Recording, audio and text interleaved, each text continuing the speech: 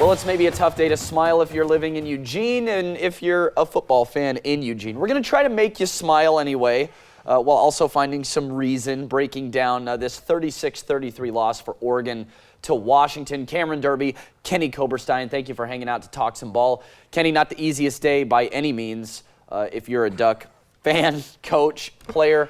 But look, this is football. It's a top 10 game. Somebody's going to lose, somebody's going to win. Yep.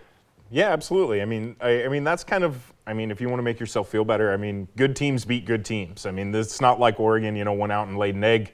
Both teams played a great game. Huge credit to them. All right, well, it's probably a much harder pill to swallow just for the fact that it's a bitter rival that you lose to. Yeah. But let's look at what happened. Let's go out to Seattle. Bo Nix, number 8 Oregon at Husky Stadium to end the Pac-12 era of the Oregon-Washington rivalry. Michael Penix Jr.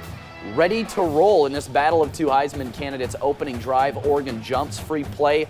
Penix to Rome Odunze, and that connection was happening all day long. Yeah, we've talked about it all year. Odunze, McMillan, Polk, that's the best receiving core in the Pac-12. Penix to Giles Jackson, very next play.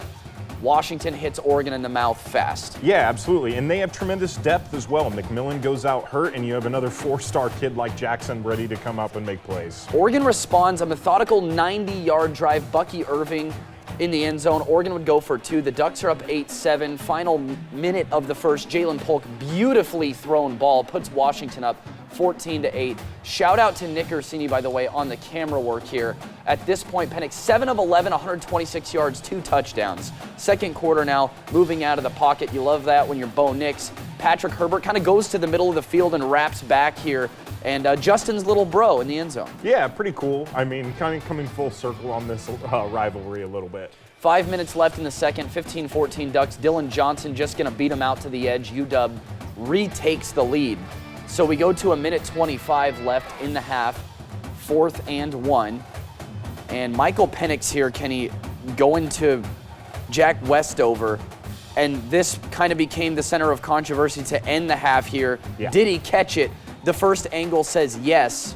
And we're going to see these replays right here. This is that first angle. This angle right here says yes, and it's a pretty solid yes. And then you look over at the other side, maybe not so much. It did stand. Tough break for the Ducks. Yeah, I'm not going to pretend like I know what a catch is any more than anybody else anymore, but that was a tough one. Penix shorts that. You're not going to get him to do that too many times, and a lot of the little breaks just didn't go Oregon's way today. Some of that was self-inflicted.